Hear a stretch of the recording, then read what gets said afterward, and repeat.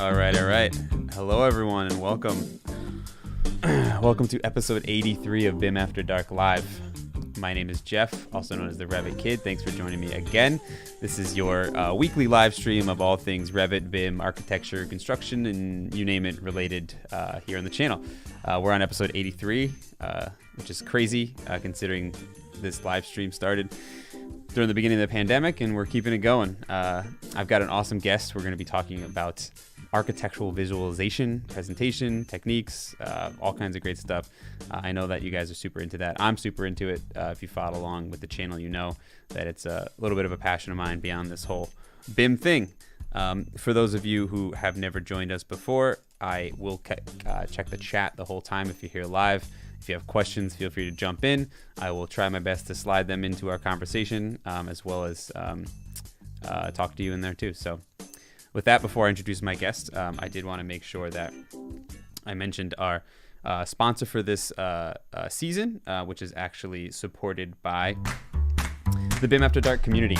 And so the BIM After Dark community, for those of you that don't know what that is a private community hosted by yours truly. Sorry, the music is so loud for the ads. Everyone complains about that. Okay, so it's a private community where I host all my courses, as well as there's a social media aspect of it where you get to ask questions and hopefully get answers. And so not only do we have full-length courses, if I go over the courses, you can see we have BIM Can Be Sexy, which you can guess is about presentation graphics, renderings, and all kinds of great stuff. BIM Can Make Paper about document management, construction documents. BIM Can Make Families about creating Revit families, and then DIY Dynamo. So those are full-length courses, sample files. They've got chats and all kinds of great ways to interact with me while you're going through the course content. We also have office hours. We just had one yesterday. We have had 52 office hours at this point, 53. And in those office hours, it is a Zoom call with myself and other members. And we talk about whatever's on your mind and try to help each other out. Yesterday, we talked about training new staff, as well as revisions and title blocks. So you never know what's going to happen there. And you can always ask questions along the way. So for those of you who are interested in joining the community, head on over to community.bimafterdark.com. I'm running a sale through the end of this year. I'll put more details in the link below, but definitely check it out if you're interested in joining the other 150 members of us in the private community that is the BIM After Dark community. And I see we've got some returning audience members. Junior's here. Steve's here. How's it going, guys? Thanks for joining us tonight. So without further ado, I am going to introduce our guest. He's been waiting patiently in the green room, so to speak. Oliver, thanks for joining, man. Hey Jeff, thank you so much for having me. I'm excited to be a part of this BIM After Dark Live. Definitely, man. I have always enjoyed your content, and so I appreciate the content you put out on your YouTube channel, and I'm glad that you agreed to come on. And I think you have some different insights to share with my audience, so I'm super excited about that. Yeah, thank you. I'm excited. It's a very different type of audience, I guess. Well, we're all in this world of architecture, but you have the Revit audience, the BIM side of it, and I do the visualization and representation. So there's definitely a Venn diagram where they interact. There's definitely got to be some overlap there, for sure. But for those of you who don't know who Oliver is, Oliver runs a YouTube channel called Upstairs. If you are in the architectural realm of what we do, then I have to imagine that at some point in time, YouTube has recommended something from Oliver's channel. Maybe you didn't realize it, but maybe some kind of, I don't know, axon or exploded axon or some image that related to what you were doing. And so I appreciate that. I was just checking here. It looks like, we've got someone else from Brazil there, huh? Yeah, what's up, Felipe's from Brazil. Yeah, I know that I talk mostly to architecture students and recent grads because that's, I think, where the main need for this specific knowledge is. Mm-hmm. We come from architecture school where the universities, they demand you to know this sort of skill, but they don't actually teach you. There's a lot to learn in the architect's profession, but usually they don't teach you how to properly express yourself, visualize, represent. Mm-hmm. It's most often the technical part. So that's where I come in. I saw this need in my school with my friends, with my colleagues. Mm-hmm. And I did like mini courses, little workshops for my my friends. Then I started posting on YouTube back in 2016, I think, 2017, just right before graduating. And I saw that pretty much the entire world faces the same thing. And so here I am, like a couple of years later, with more than 300,000 subscribers, helping, like giving back to the community. Yeah, that's awesome. Yeah, and congratulations on the success of that, by the way. That's awesome. Thank you. So and so the conversation tonight, I think where we've talked about the interaction, and I think where I think we can add a lot of value to both of our audiences is how to carry that knowledge even into professional practice, and how those two relate. I think there's a challenge in architectural education where there's a line drawn, and it's you graduate and it's like you're on your own. Here you go. Yep. If you join a firm, then you may end up sitting there doing red lines and technical drawings and not get to even do all that stuff you did in school for a little while. But there's definitely a dichotomy that exists between the design process, the professional practice process, and so on and so forth. So I think we're going to kind of play that line as we go through this discussion, and I think it'll be a lot of fun. I think people in here watching will enjoy that as well. So with that in mind, I guess maybe we'll jump in and have you just kind of start talking a little bit about the thesis idea of what your presentation is, and then we'll probably jump in and out of the presentation and see where it goes. Yeah, for sure. So let me know once you share the presentation. Yep. By the way, is it sharing? All right. For those joining us tonight, I prepared a couple of slides to talk about really this specific part that Jeff was saying, like architecture visualization and its role in practice. Yeah,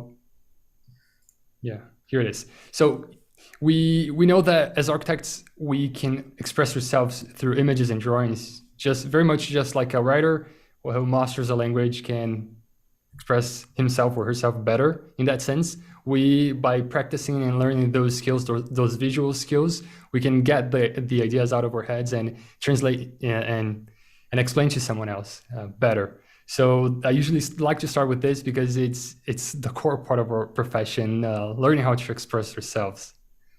And that's where visualization comes in. And most likely, depending on the area you are on architecture, you're used to the ultra realistic render for that client that doesn't know much about architecture. But in reality, we have a lot of styles. I'm going to name 3 of them.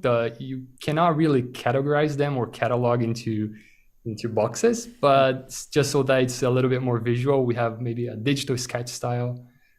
And I'm using the Casa Guerreiro from Alberto Campos Baeza, the architect, to show you that. So a sketch way, maybe a collage way, which nowadays it's called post-digital. It's very trendy, maybe in the past few years. And the one you're used to, the realistic. But not every client can understand that type of language. So there's a lot of possibilities, but it all depends on the project's identity, the medium, the goal. If you're dealing with a house for a simple client, that's one thing. But if you're joining a major national competition where there's going to be a jury composed by architects, maybe, then you can go more conceptual. And during the presentation here, I brought some examples so that you can better visualize that. That's a great point. That I think I always run into. I don't want to say arguments, but discussions with other architects about when it makes sense to do that full photorealistic rendering. So at the end of the day, that's kind of the driving force of all these rendering programs and rendering engines is the less stylistic approach and the more photorealistic. However, a lot of these programs now they do have a lot of stylistic filters and whatnot built in for specific reasons. And I never really thought about it that way, in the sense that if I'm doing a residential work, a project for someone's home, for example, those are clients that probably this is the only time they might ever work with an architect, right? They never did before. It might be the last time they ever do, and for them to see a hand sketch probably wouldn't do it for them, right? They're not gonna visualize. As opposed to you or I, who have architectural training and have lived in this world, we actually we might even like the diagrammatic stuff better. And so even on the commercial side, I think about it, and when when you're maybe, I don't know, going after an architectural school and you have a board of designers that that could be an opportunity to not necessarily go the full photorealistic, because it may not be the right approach to that medium. So super interesting. I never really thought of it that way. Yeah. And I have something that I don't really like the styles that the rendering softwares they give, the render engines, because usually like just with the click of a button, everybody has the same result, right? Right. So right. I'm more about like finding your own style, like adding the identity to the image. But we can talk more about that. I have some images to explain. For sure. So usually we see the project and design process as a separate step between of visualization and representation.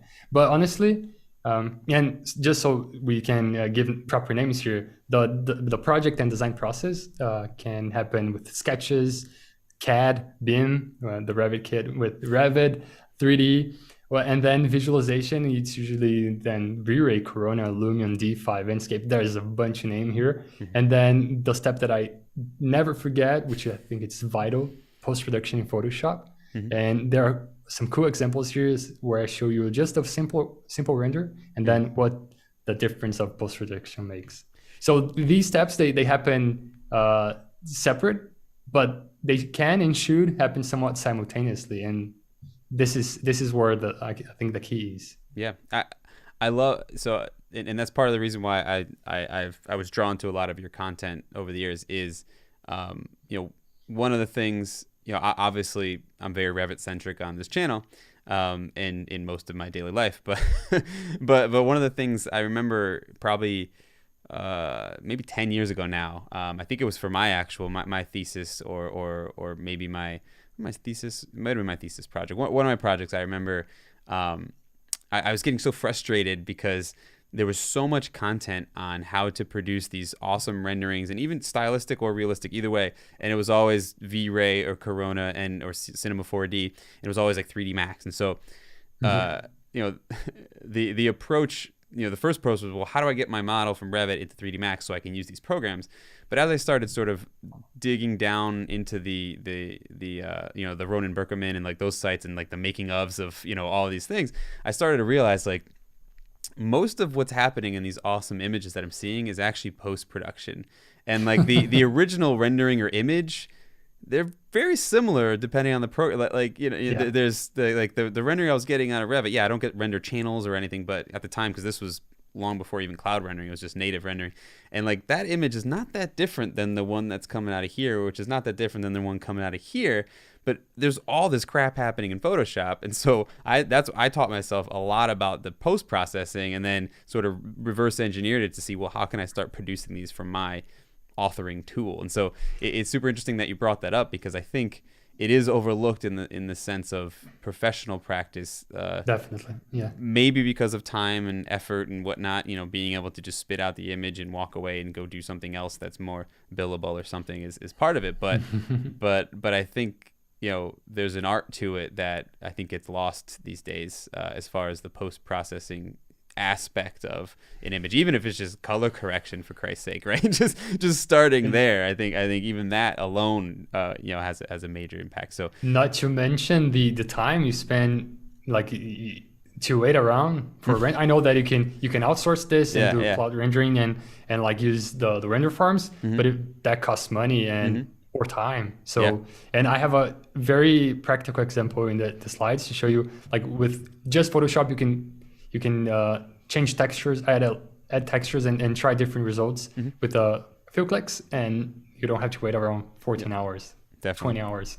Definitely. Now, a good workflow that from project to visualization and back and forth is usually linked, but that's not 100% essential, meaning that for example, if we start with a sketch, then from here in Brazil, actually, I think most firms, by the way, I didn't mention that, right? But I'm from Brazil, guys. And I think I implied it during one of the chats, but I did not mention it either. Yes, Oliver is down there in Brazil. So yeah, I think most firms here, they're still with the good old AutoCAD and SketchUp. That's what you see like the most of the job offers out there here nationally. So that's why I didn't include it here. But so you would go from Sketch to AutoCAD, SketchUp, then use V-Ray and Photoshop. And this workflow is not really linked. Like if you go from AutoCAD to SketchUp, you have 2D and then 3D. So ideally, you would do that in a BIM software. You can have 2D drawings plus 3D, right? But then using the built-in render engine may not be the smartest idea if you're looking for like a more identity, more quality, render quality and realism, but it's doable. I used Lumion here as an example, and this is a linked process, a linked workflow where you can install the plugin, right, and use that simultaneously. But the one that I use, I know it's kind of dumb, but it's what I prefer to get the most out of every program. I use ArchiCAD, which is a BIM software, and then I export to SketchUp to use V-Ray, because in SketchUp I have a lot more 3D assets, the furniture, vegetation, and a lot of other things that may be too heavy for BIM or doesn't have enough detail there. And regardless of the tools you use, what I always like to say is do not limit yourself to one tool only. Don't think that Revit, in this case of this conversation, will solve all of your needs. Yeah, you might be able to output images in Revit, but do they really represent your project, your process, your identity? So that's why I like to expand and use. If you know how to create an image using one software, you probably know how to do in others. So right. Yeah, and they also have different. I think it's very much the way I like to think about it, and I know it gets tough in the software world because of the investment involved in learning the CAD based programs and the BIM programs, right? So yeah. At some point in time you may need to pull the trigger on one of those, but it doesn't whatever you pull, and what you're saying here is that you don't have to, just because it's there doesn't mean to stay there. And what I like to sort of relate it to is, I think a lot of us probably as architects, we probably at some point in time we're into art and making art. I'm assuming most of us drew and colored and painted growing up, right? I just think that's a natural thing for architects for the most part. And so I kind of equate it to watercolors or oil or acrylic, right? The medium is your preference, and that's part of the reason why I did the kitchen series on my blog recently, or on the YouTube channel, of showing the process, because if you watch that, what you'll see is that it's less about, I mean, yes, the programs became important in my process, but they're all just parts of my process, and the tool, you could replace one tool with the other, right? I use Polycam to scan it. It could be whatever it's called. I use Trace. I could have used, I don't know, oil pastels. I used Enscape. I could have used Lumion or Twinmotion. I used Revit. I could have used ArchiCAD or Vectorworks or whatever, right? But it's all about that process and how you relate all of those things in your cycle. So I like that idea of not limiting yourself by forcing yourself to use just one or the suite of software that you think is correct, right? So now let's get a little bit more visual then. I'm going to show you a couple of images that I did. This one is quite old. I did this while I was still working as a junior architect in a small firm. We were doing apartment buildings, and this was one of the not early concepts, but the project was more or less designed, resolved, and we had to visualize it for the selling part. Then here I have my final thesis from undergraduate school. This touches a bit on the collage side of it, more conceptual, but also has a bit of realism. It's something that I developed, this unique style, I guess, during the process. It came up because I didn't want to wait around too many hours for a render. I was going to present that for professors, for architects, and they don't need this type of image. They can understand, they can feel the ambience. I can showcase other aspects of the image that don't necessarily would be there in a realistic way. Then I have here's more of the drawing part of it, like diagrams. This is the stuff that I like to do on my channel, actually. The more conceptual stuff, 2D drawings and diagrams. And here is the one presentation board from my thesis that this is very technical, right? A facade, a section with an elevation here, but it has that sauce that I mentioned to you, Jeff, earlier, that you can add more, give it a little bit of a more artsy feel, so that you can input some feelings to this image that a technical drawing wouldn't have. Yeah, no, I love that section. That section is a great way to sort of blend the two of a technical drawing and a stylized. I don't want to say rendering. I guess I could consider rendering, but stylized. Yeah, version of it. It's all done in Photoshop. Yep. It feels like a render, but it's all done in Photoshop. Yep. But I think something we have to remember is that we shouldn't compare ourselves to a 3D artist, although like we try to achieve that ultra realistic image or that fantastic composition, but people work focused on the V softwares like 3ds Max, Corner Render, and they do their daily work is to do that. So as architects, we have a lot more to take care of, right? That we shouldn't really compare the results. I think for the users or the audience here, I think that's probably an important point to keep reminding yourself, because as we get tools like Twinmotion and Lumion and where you can get lost in that world of CG art, right? And it is important to remember like what is the real, and that's why that's part of the reason why I do enjoy the ease of use of the Twinmotions and the Enscapes and the because I think you don't have to think, like, that's part of the reason why I never really went to Unreal, is because I don't want another technical program to make the renderings. I want to do less thinking and more painting in the program, right? And so in a program like Twinmotion or whatever, I feel more like I'm painting than I am sort of learning a brand new technical software. Definitely.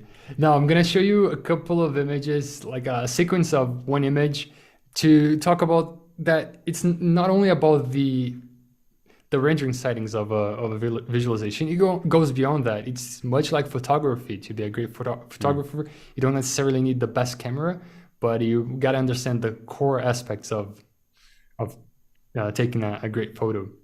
So this is a competition that we recently got third place. I joined with the forum, my friends from Homo Arquitetos, and I brought the main image of the boards. There's a series on my channel where I talk specifically about the project and the images, but here I'm gonna run quickly over them. I mean, sometimes if you're starting in architecture, you don't really know how to create a scene. You don't align verticals. It's all very slanted. There's no perspective going on. So just by properly framing your building, you didn't even really have to render this image. It's looking out much better. Obviously, this is a bit exaggerated, but but then you do rendering settings. You refine the camera. You crop in. So here's just an example of scenes, but like framing, color composition, contrast, element balance, hierarchy, focus, story, depth. There's a lot you can talk here to create a great image that goes beyond the rendering settings of a V-Ray, for example. And I always give this tip, is that if you study architecture photography, you learn how to compose better renderings. So that's a major way to improve your visualization skills. That's a great tip. And that's something, before we jumped on, I was talking about, we were chatting about a little bit, was like when it comes to, potentially you guys out there right now, my audience, who maybe in the thick of the weeds of technical Revit specialists, you may be asked to do visualizations from time to time because you are the computer person, and that's how it works sometimes. But those are the simple things that subliminally people don't even realize why they like an image. But things like Oliver just talked about, where perspective, framing of the building, breaking the horizon, how you're using thirds like photography and arts, like those are things that are pretty easy to learn, and you can find thousands of videos and information on them, or just study examples.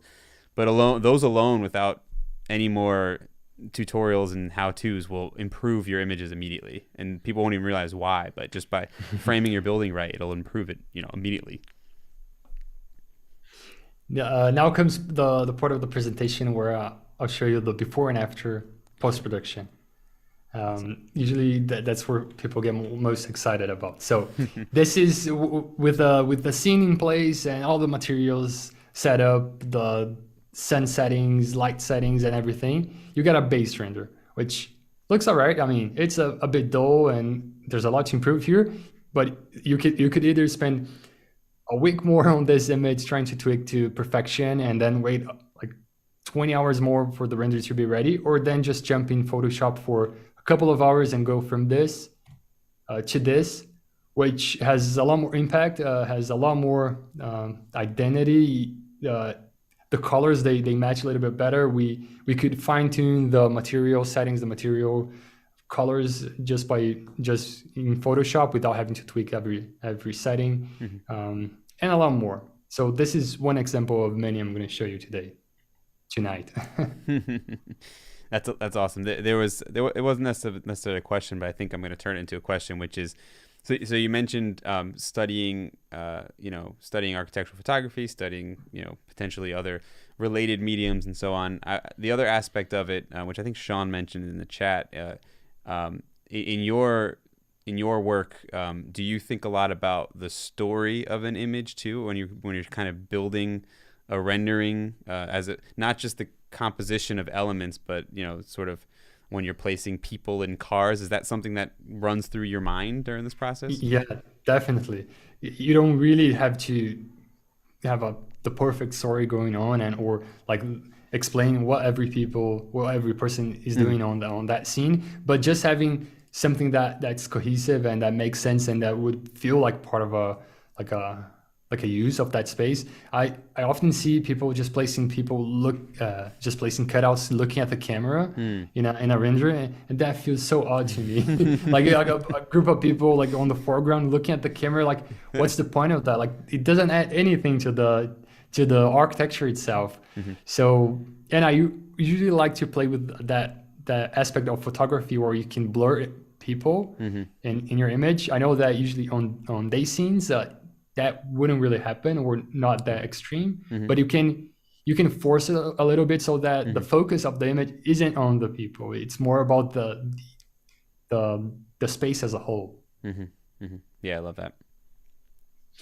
So here are a couple more images of this project. Again, I think if you watch the YouTube video, I'll go through everything. These are the boards that we got third place. I explained why I did every bit of it and what the team thought during the process. It was quite a fun competition.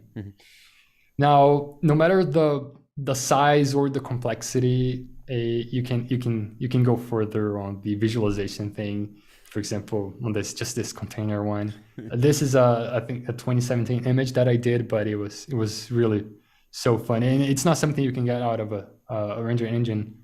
Yeah, so that's a good point actually. So when you're, because I wouldn't say I've struggled with this, but especially when I was pre real-time rendering, where you can build a lot more of the people and trees and stuff in the environment, figuring out like how do you determine how much you want to build into the base rendering, and how much you want to collage and / paint on afterwards in Photoshop? Is there a typical process? Is there a thought process of that, or it just feels kind of natural to you as you're going through it? Yeah, honestly, I used to have a very strict thought about this. I usually added all the vegetation and people in Photoshop, and just the base render as you saw back there. Right. But then as rendering engines evolved and it was easier to find good vegetation and good people in it, like I started to change my mind on that. But still, I think 3D people, they still look too static, too like The Sims, sort of like a video game, and Yes. I usually avoid that. Up close, If I especially, do, right? Definitely up yeah, close. I would say kind that's of where creepy. from a distance, I think they're getting to the point where they're usable. But yeah, up close, there's still an aspect of gaminess to them for sure. Yeah, I agree And with if that. I do add them, I will try to motion blur in Photoshop so that it loses a bit of that staticness. But still, like I've changed my mind on the vegetation, especially now Yeah. with V-Ray Cosmos, which is what I mostly use, or then Lumion Twinmotion. You can get some really good vegetation. Yeah. With not back then, you would have to import it as a 3D asset, and it was too heavy. Like Oh yeah. it didn't make sense, and it was, although Photoshop cutouts didn't look that good, it was better to save time and do it in Photoshop than 3D. Yeah. So do you think that's more of a time? Well, now the quality is getting up to the point, the realism, that it's just more of a time thing with vegetation. Because that's what I've always found, is that creating quality vegetation in Photoshop can take a lot of time to find the right pieces to make it perspective and shading, just make everything look like it's part of the image. So you think that's kind of what it comes down to as far as the vegetation is concerned?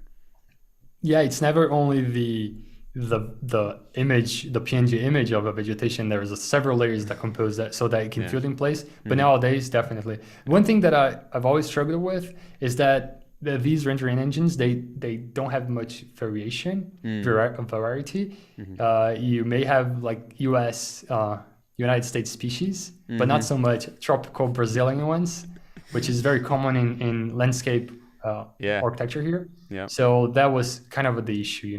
They usually, architects, they wanted that broad leaf with large tropical plants, and you would have to do that in Photoshop if you wanted to. Yep.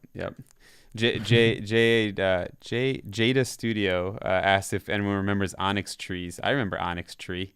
That was a plugin, I think, for 3D Max, right? I think maybe it was a vegetation plugin. I don't remember.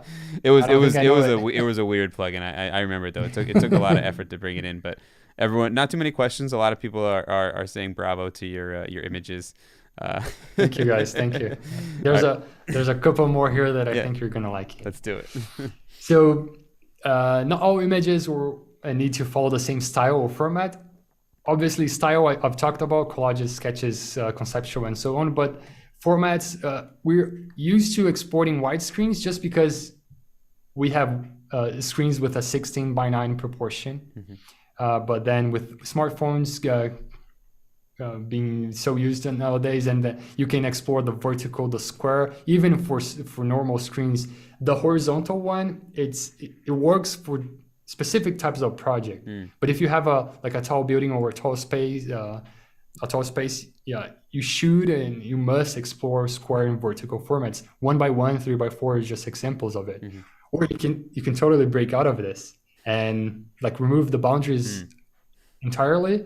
For example, this is a project. I was an intern at a firm, I think in my last year of architecture school, and we did this sort of city square or for a small city, a small town, and we didn't have the entourage modeled in 3D. So this was a way to solve that issue where we couldn't really show the context, but we wanted to show the parts of the proposal. So it's something that you can explore. I love that. It's awesome. Now let's get into why post-production is so important. I already showed you one example, but here's a very recent image I did, I think at the beginning of the year. This is for Atelier Jordan. It's a Swiss company, if I'm not mistaken. They reached out through email. They were joining this competition. Up until a couple of months ago, it was private still. I couldn't really share, but now it's possible. So this is the base render. It looks already pretty good, and it took, I'm not gonna lie, I think 15 hours. I let my computer render through the night. I woke up and it was still rendering, and I did that in parts because I had the deadline to meet. So I rendered most of it post-produced everything, and then let the render continue the other night. So this is the before. I used, they exported from ArchiCAD. So I exported to SketchUp, did V-Ray, and then Photoshop. And this is with post-production. Now there's a lot of detail here, and the people, although it wasn't that easy to place them here, you know, it wouldn't be possible to do it with 3D people. It had to be in Photoshop. Up close, you might find it a bit weird, like some values, some colors might not match. But then if you look at the entire composition, it's, I thought it turned out pretty great. And there's this feeling, this atmospheric feeling that, like the lighting coming through the windows, and that you kind of can get from a renderer, but it's much easier to do in Photoshop. You apply that feeling later on. And you can be selective with it too, right? You're not, you know, maybe you only want to do it in certain, like the bloom or something like that. You may only want to do it in certain windows and not everything, whereas if you built it into the rendering. But the people is a great example where you could potentially find sitting people and place them all there, but to your point, it really wouldn't look that great in this image. And then I'm assuming with each one of these people, you also were adjusting the hue, saturation, you know, exposure, trying to get them to meet the rest of the scene. That's another great point when it comes to the photoshopping that I think people should pay attention to with your images. Is it's not just finding a good person to put in there, it's also trying to make sure that they meet the scene, right? So you may have to change the warmness of the color of them or something to match the rest of the scene. Those are little details that I think will make your photoshopping look much better. I think each cutout here has at least 10, 15 layers above it.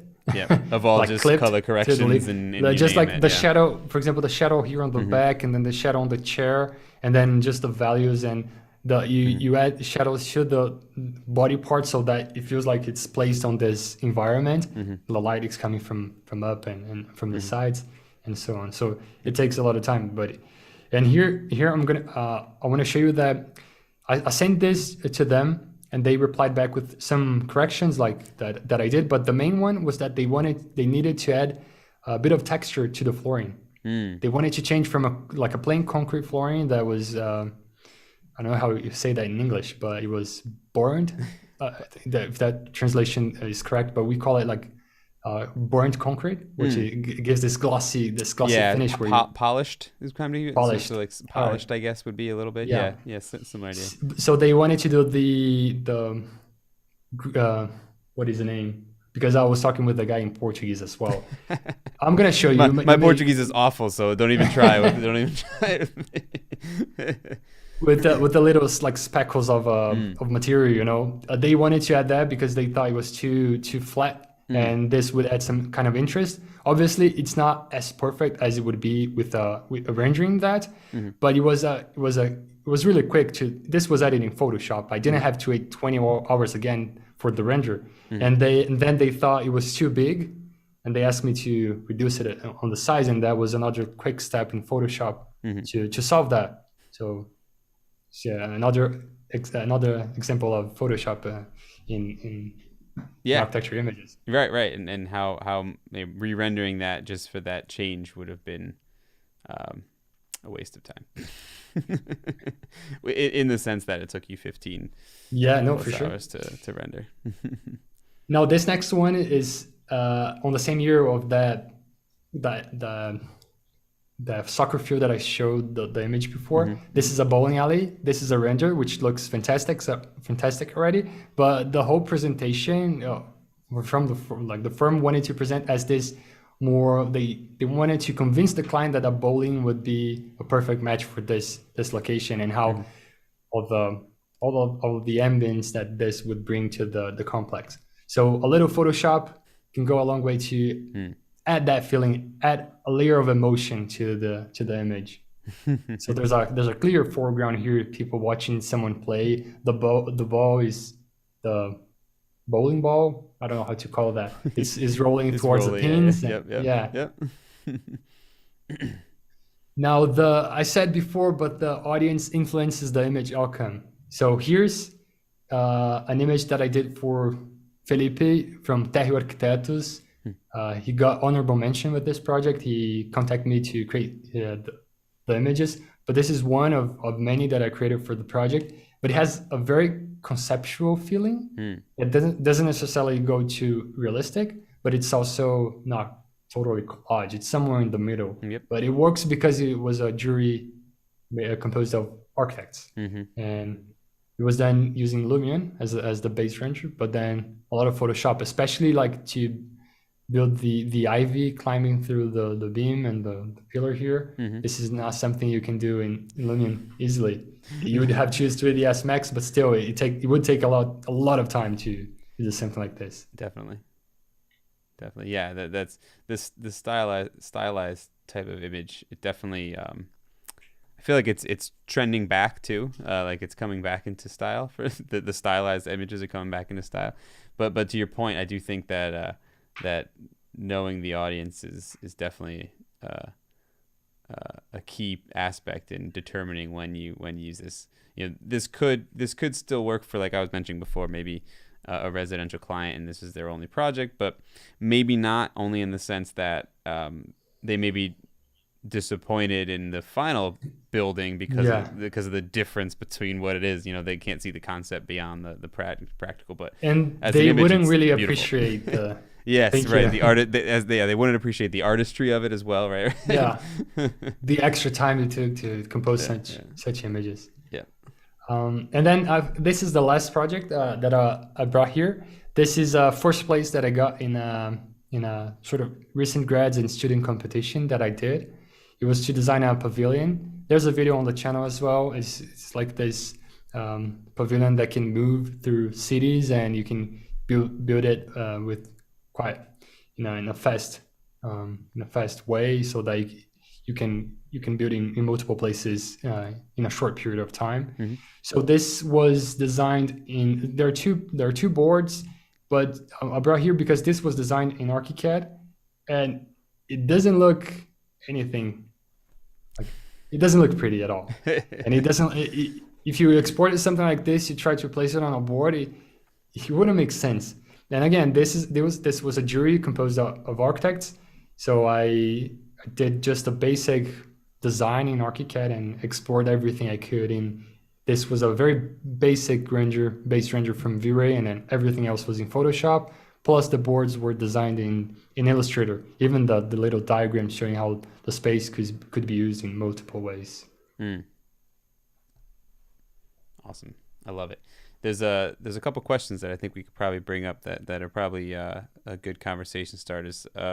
Yogi Travis, who's been pretty active in the chat, but hey Yogi, is asking what was your biggest hurdle or what's your biggest challenge in your process, or has been in the process that you've developed for these images? Well, there's definitely the aspect of time. You got to take that into account. On the last competition that we did, I made sure that we set a reasonable amount of time to work on the images and compose the boards, because I know that if you're doing that for competitions, it makes a lot of difference. Yeah. But sometimes it's not doable. And when I was still in working in a firm, because now, like as of today, I'm completely focused on content creation, YouTube, doing images, sometimes joining competitions, sometimes because that's something I like to do, and go back to designing.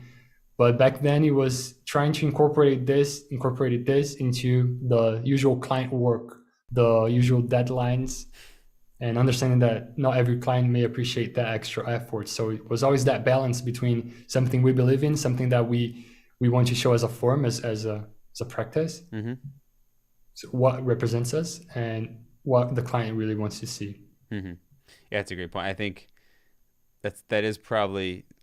Do you think that influenced your Photoshop process at all? Did you take different approaches based on that, or like for example, if you knew that maybe there was going to be a time crunch, you might put more stuff in the raw rendering than the photoshopping, that type of deal? Yeah, it does change, and I could do all of this in Photoshop, and I learned most of the things in Photoshop I know today, because back then was when I was doing internship. here in Brazil, it's quite common to do internships as you study, not just as summer internship, just year-long internships. And so I would study in the morning, and then afternoons I would go to the firm. And I was the guy in charge of visualizations, and they would just, hey, please achieve this type of result or this type of feeling. We don't really care how you get there. So I could do all of that in rendering, but the computers there weren't the best. You wouldn't be able to do that in Vray. So all I could do was Photoshop. So it was all about learning it to do it faster, and after all, it was the smart move to do. On that note, are you do you maintain a library of Photoshop content as well, as not just 3D content? You mentioned assets and stuff with SketchUp, like 2D people. Yeah, 2D people, trees. You know, do you create a Photoshop template that has maybe some brushes, some layers set up, and anything like that? Or you kind of, I know, for the most part, when it comes to Photoshop, I think as architects we learn as much as we need to, and then we hack it together. But I'm curious, since you dove so far into this process and clearly become an expert on the use of it, do you maintain some sort of Photoshop standard for yourself? There's the brushes that I use, but it's not something I created. I downloaded it off Arcanine. Yep. And I don't know if you heard of them. I have. They also have a YouTube channel, and if I'm not mistaken, their brush set is still free as of today. Oh, well, awesome. it was when I downloaded. So I just tweaked it a bit, that brush set that they offered, learned a bunch from them. But the 2D people, I have like a huge folder here. And like a couple of years ago, one of those websites sponsored me, so I could download a bunch of That's awesome. the 2D assets as well. They were good ones. They were good assets. Good ones, yeah. And I'd still use them because you can download a couple of them for free every day, a couple of megabytes. If it's called Mr. Cutout, not sponsor or anything, but I think since it's free as well, you might want to check it out. That's awesome. And yeah, but no, it's I do have a defined layer structure that I like to follow, so that every time I open a PSD, which is a Photoshop file, regardless of the image, regardless of the time I did that, there's the structure of a base folder, which is usually color coded the same way. So I know once I open, I know where to look for stuff. Got it. Okay, so yeah, so you have somewhat of a little template set up, so that's somewhat of a standard for yourself. So that's I'm sure that standard. helps. I'm sure that helps. Yeah, but not usually just bring the base render, bring all of the channels, and then start working. Okay, but got it. Following the same rule, but not a template that I open. I see. Got it. Which makes sense. That's pretty much in line with most Photoshop users, I think. There was a good question by Shane, who I think anyone who has gone through this process and has built images in Photoshop this way, and I feel like for some reason it was a while ago, it used to be called matte painting in Photoshop, but collaging, I guess it's all kind of the same thing. But any tips on how not to fall down the rabbit hole with time? Because I think anyone can relate to this. I think as you're going through this, you can easily you can spend forever doing this. And at what point do you stop and say, I don't need to add a decal on the floor in this corner anymore? Like, this is enough. Like, is there a rule of thumb, or is there a tip that maybe you could give anyone of, like, at what point do you say my image looks good? I don't need to keep adding shit. I think it's based on experience, I guess. At the beginning, I spend more time than I should have on the images. Right, of course. But then once you start having a certain skill set developed, you learn more or less when enough is enough.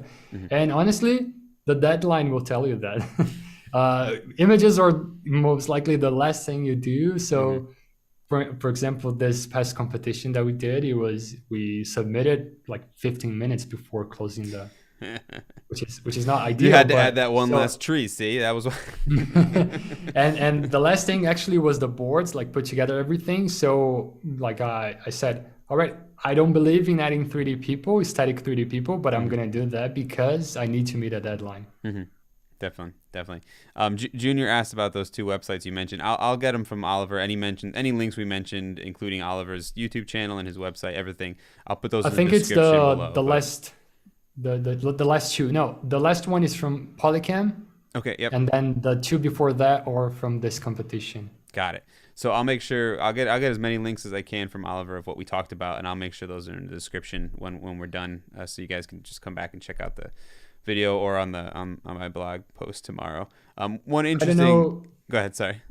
No, I was gonna say I don't know if it fits here, if it's part of the usual live thing, but I brought just like a I wanted to show the courses and packs Yeah, and no, everything 100%. that's on the platform. Yeah, go for it. So, guys, if you're interested in what I said today here, this is what I do. I try to explore the world of visualization and representation through videos. So if you want to check Upstar's YouTube channel, you're going to find all of that. So here are the two videos that I mentioned. Where's my mouse? Here. This one and then this one. And then we have Lumen tips, portfolio reveals, everything. But YouTube can only cover enough. I know that Jeff must feel the same way. We're always competing for attention here on YouTube. Of course. So I've got courses. If you want to check it out, there's courses about plans, architecture plans, how to represent them in Photoshop, Illustrator, isometric diagrams, and then architecture post-production, which is exactly what I showed you today, the before and after Photoshop. There's a course focused on that, teaching the same structure, the same workflow that I go through. Awesome. And I also have the store with packs, like texture packs, like free brushes, free cutouts, some paid ones, some free ones. Feel free to check it out. And I don't know, I went a little bit extra and did like a special coupon only for this live. I know that not everybody's gonna make it to the last minute, so if you're still here, you want to check it out. You can get 10% off everything. And there's the bundle with 10% already, so 10% on top of 10%. Go check it out. It's learnupstairs.com. Awesome. I appreciate you offering 10% to the audience. That's great. And I do one of the things I do love, and I did. This is something that I've checked out long before we had this introduction. Before this is all the images for your bundles and packages in your store. If you guys just for that alone, you guys need to go over and check it out, because I love the packages and the physical images that you rendered in there. One last sort of topic, I think, before we completely wrap up, because I do think it's an interesting one that I've also been dabbling in a little bit myself, which is have you messed around with, or have you dove into the AI image generators and that aspect of whether it's there's whatever platforms, there's a couple of those platforms out there. Yeah. Have you explored that at all? Do you have any thoughts on that, as far as how that's going to change? I think maybe how we do things potentially. Yeah. Well, this is a discussion for like a whole nother, right? Yeah, it's definitely, it could be a discussion, and maybe we can tease it up, and we'll come back in the next season, and we can just talk strictly about some of the AI image generators and our thoughts on that. But I know that Steven from Show You Better did a fantastic video on this. Okay. Although I didn't agree completely on everything that he said. Mm-hmm. I really tried making conceptual images, but you're limited to the inputs that you give to the AI, and sometimes that doesn't really relate to the project itself. And how do you connect them both? Obviously, in the future, I bet like there will be a render engine with an AI that you will import your project and then say render it this in that specific style, and it will come out better than any one of us could do it.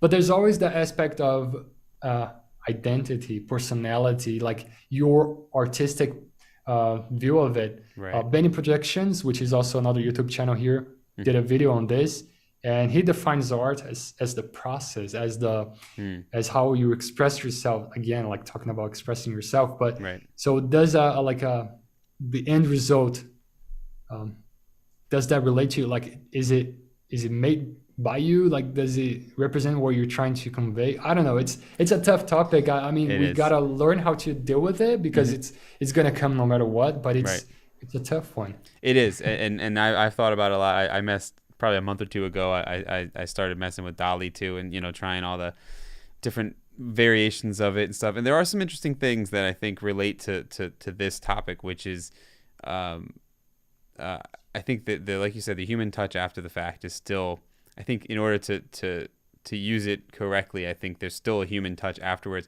But I uploaded a couple renderings just to see variations, and it was interesting to see what it generated as far as the design itself, right? It might have been like an interior of a space, and it made like 4 different versions of it, where the massing of the interior was different and the materials are different.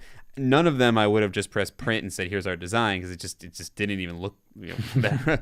But at the same time, it could have generated some ideas for me, and so that definitely an interesting topic. And I think maybe that's a great one for us to come back and chat about, and maybe we maybe we can burn some renderings through like DALL-E of our own, and sort of talk about what this means or what this would do for our process, and see what the variations use it as a tool, right? Part of the skill set of an architect may be using AI in a more purposeful way. Right. Awesome stuff, man. Well, I really appreciate it. I appreciate you offering 10% off to the audience. So that's learnupstairs.com, and the coupon code is the Revit Kid. I'll put all this information in the description below. Any final words before we wrap it up? No, I guess that's it. I appreciate it. I'm honored to be here. I saw your channel like a couple of months ago. Steven actually showed it to me, and you have amazing videos. You have a consistency that I wanted to have, and it's amazing to see how this world, this community is growing in so many facets and so many niches that architecture has. Yes. So, I love it. Yeah, I was really excited to be here. I love it. I'll have to reach out to you to connect me with Steven, because I love his content too. So yeah, we'll have to make that connection. Awesome. Thank you so much for inviting me. Thanks, man. I appreciate it. And thank you guys for joining us live. I really appreciate it. The chat was fun to watch. You had some great questions and some great comments. We'll be back next week, Thursday, 9 p.m. I'll be here again, and I'll see you then. If not, check out the channel. I'll have some new content posted, I think, on Monday, assuming I get all my editing done this weekend. And I wanted to thank Oliver again for joining us. It's been incredible. And with that, you guys have a great weekend, and we'll talk to you soon. Bye-bye. See ya.